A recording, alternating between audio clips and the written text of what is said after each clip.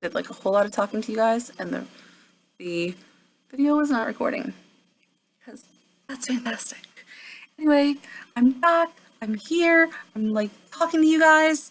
I wanted to make this video, even though I'm dressed exactly the same. It is the same evening. My wife still has the kids at the party, and I wanted to go ahead and have a conversation with you guys because it's another topic that I don't really like to talk about in front of my kids, especially my older one, because she tends to be a little bit of a worrier, and I don't ever really want to cause them to worry.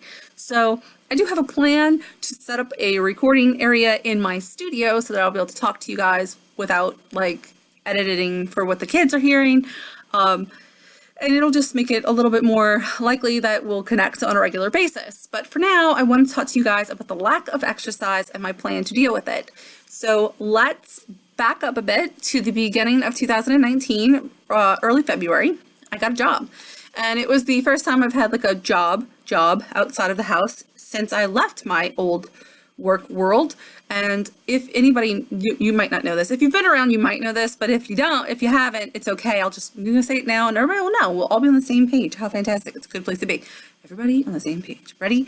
I left my old job because for several reasons. I left because I was dealing with a lot of migraines. That was when I finally put in my notice and didn't go back. The doctor wanted me to put in for disability. I didn't do that due to my anxiety. I was too anxious to apply for disability, but I did leave my job because the migraines were so intense and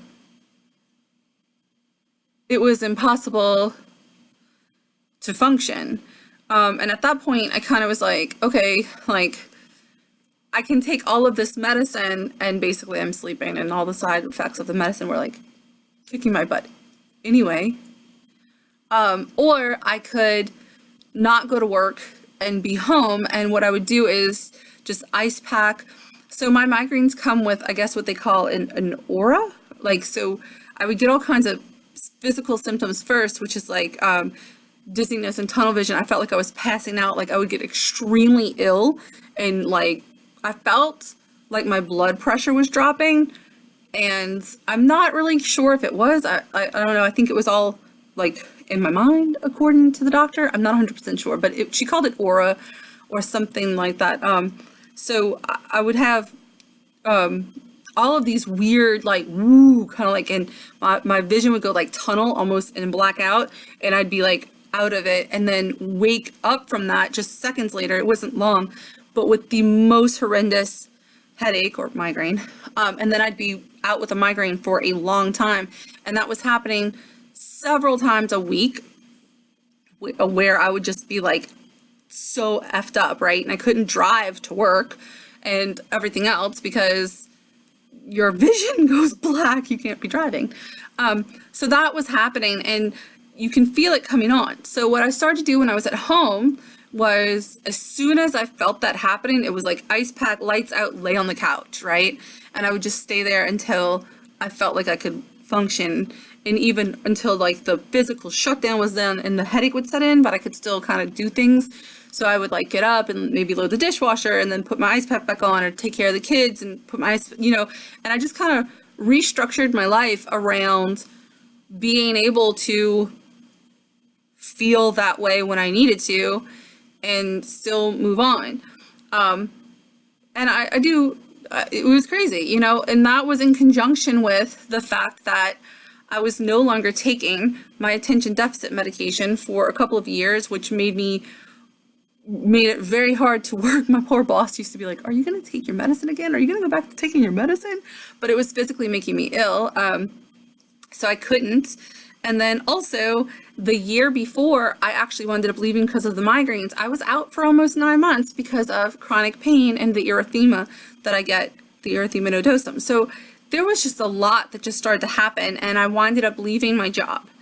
And even though I still get the erythemas, but in much less numbers, much less numbers, and I still was dealing with the pain on a level, I wound up getting this job opportunity that was absolutely my dream job. It was my dream job. And outside of art, it was my dream job.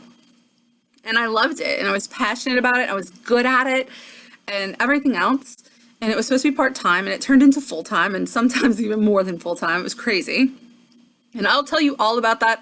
I will have a story time video on how my dream job turned into a nightmare another time. But for now, I just am going to talk about the physical. So being in the job, in the world, I was it was rough from the beginning. Physically, it was hard. I was pushing hard and trying really hard to achieve something that I had not been able to achieve in years, which is to be out there consistent and putting it up.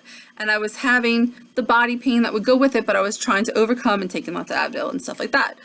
And so I started in early February, probably by March, the end of March, early April, I was just total body pain, but it was really concentrated in my shoulder blades and in my hips.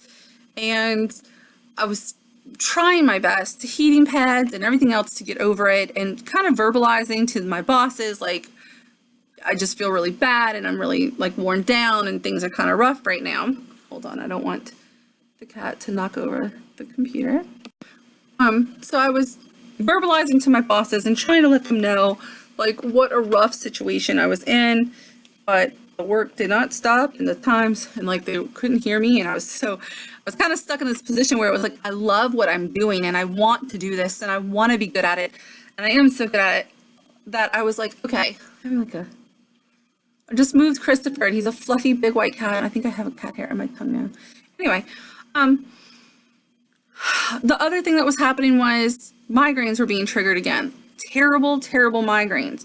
And I think that I might have like a combination tension migraine thing happening, because it was like insane. It was so bad again. And I was trying so hard not to let it take me out, and really pushing so much that I was physically ill, extremely physically ill. In fact, when I finally left at the end of August, early September, it was because I was incredibly sick. At that point, I could not move. I was incredibly ill. Like, I can't even describe how sick I was. And I remember thinking, like, what's happening? Like, I left my job because of this almost 10 years ago, and I am now there again so fast. Like, it just happened so fast, like within, 7 months. And I was really, really sad and depressed and just upset. And I was trying to like go walk at the park and go jog at the park. And I was pushing myself through that to try to like thinking like, if I can get back some of my stamina, if I can get back, but really I was like hurting myself more. So I winded up leaving my job because I had to. And I really tried to focus on recovery and taking care of myself and just being better and resting and stuff like that. And a lot of the body pain, it moves around a lot, but the hip pain has stayed constant, just stayed constant, right? And that's been a rough one. It's rough. And then my sister, which is another story time video, she took me to New York. And it's the first time I've ever been there, and it was amazing. It was an amazing trip. It was beyond my wildest dreams. And yet, it was so painful. My hip and my body was so beat up already and so bad off. Like, it would have been bad anyway, but it was absolutely, I can't even think of the word. Like, it was horrific. It hurt so bad. And we had a good time, and I've learned to kind of deal with pain in my life because it's always there. But I remember thinking about how sad I was that even the best things in life, the most amazing things, were kind of being destroyed by the level of pain that I was experiencing. And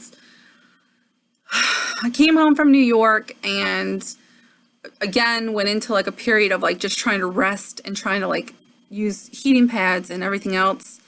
And I need to go back to the doctor, obviously, but there's a whole lot about that we'll again talk about later. There's so much since we haven't talked to each other very consistently. But anyway, I've really been trying to like just recover from that. But the reality is that anytime like I go, no matter how slow I go, no matter how easy I go, if I try to start moving, I am in insane amounts of pain from the like my hip especially. It kind of is all over, but it's definitely in my hip. And so like probably like the last 2 months or so, my mind has really been like, what am I going to do? Like, if this is the rest of my life, how does that look? If I'm going to go places with my kids, I guess I'm going to need some kind of mobility device because I certainly am in so much pain that other than like taking them somewhere and sitting down, I'm having a really rough time. And so that kind of equals that I'm not exercising. I go out to take care of my goats and I'm so careful about every step and like if I walk to the mailbox, I'm very careful about every step. Every time I get in and out the truck, I'm so careful because it's going to be a level of pain, but any little tweak or movement can make that pain so much worse and it takes so long to get over. So I don't know, like it's a sad, overwhelming feeling. And I kind of let myself get stuck there and think, well, there's no hope then. There's nothing I can do. Recently though, when I was like, okay, what does that mean for the rest of my life? I have to do something. I have to have some kind of exercise. I thought to myself, wait a second, how do people in wheelchairs exercise? Like if my leg and my hip or it's my lower back and my hips, predominantly my right one, but it's the hips. If that is going to hurt so bad that I can't move it right now, and who knows for how long, then I could probably do wheelchair workouts. So I went online and I searched for wheelchair cardio and stuff like that. And there is a lot of information and some really good looking videos. And so I am planning on implementing some chair cardio into my life so that I can work out even if I can't use my legs to do it. And I'm pretty excited. It feels for the first time like I kind of have hope to exercise. I love exercise. And it was such an important part of my journey and my happiness. So I'm pretty stoked to feel like I have found something that I can do no matter how bad my legs get. So that's exciting. But that's why I haven't been working out. And my hope going forward is that chair cardio will be extremely helpful and motivational. And obviously, my ultimate goal, even though I learned this, like I had it set in my mind last time that if I lost the weight, I would never be in pain again. And that wasn't true. Even at my absolute healthiest weight and healthiest lifestyle, in fact, that is what kind of knocked me from that was the pain returning and me, I think, just being so shocked because I was so convinced that I was going to fix it. So I didn't really have a plan for if that shit went sideways, and it did. But I understand that chronic pain might be a part of my life, but I am hopeful that as I lose weight, it will make it easier to feel somewhat better, to find some relief, and to maybe go to like physical therapy and just have that worked out. So I will keep you updated on physical therapy and doctor's appointments. I do plan on getting back on top of that, and I'm going to start probably with a psychiatrist to deal with the anxiety that blocks me from doing everything else in life. But I am going to do that, and I am going to start the exercise, and I'll tell you all about that as it kind of comes into play and as I put it into my plan. I look forward to it. I thank you all for being here on this journey with me, and I hope to join you on yours. So if you're here and you're watching and you're on your own journey and you're on either Instagram or YouTube, let me know. Drop a comment so that I can find you and we connect both ways. All right. Bye, guys.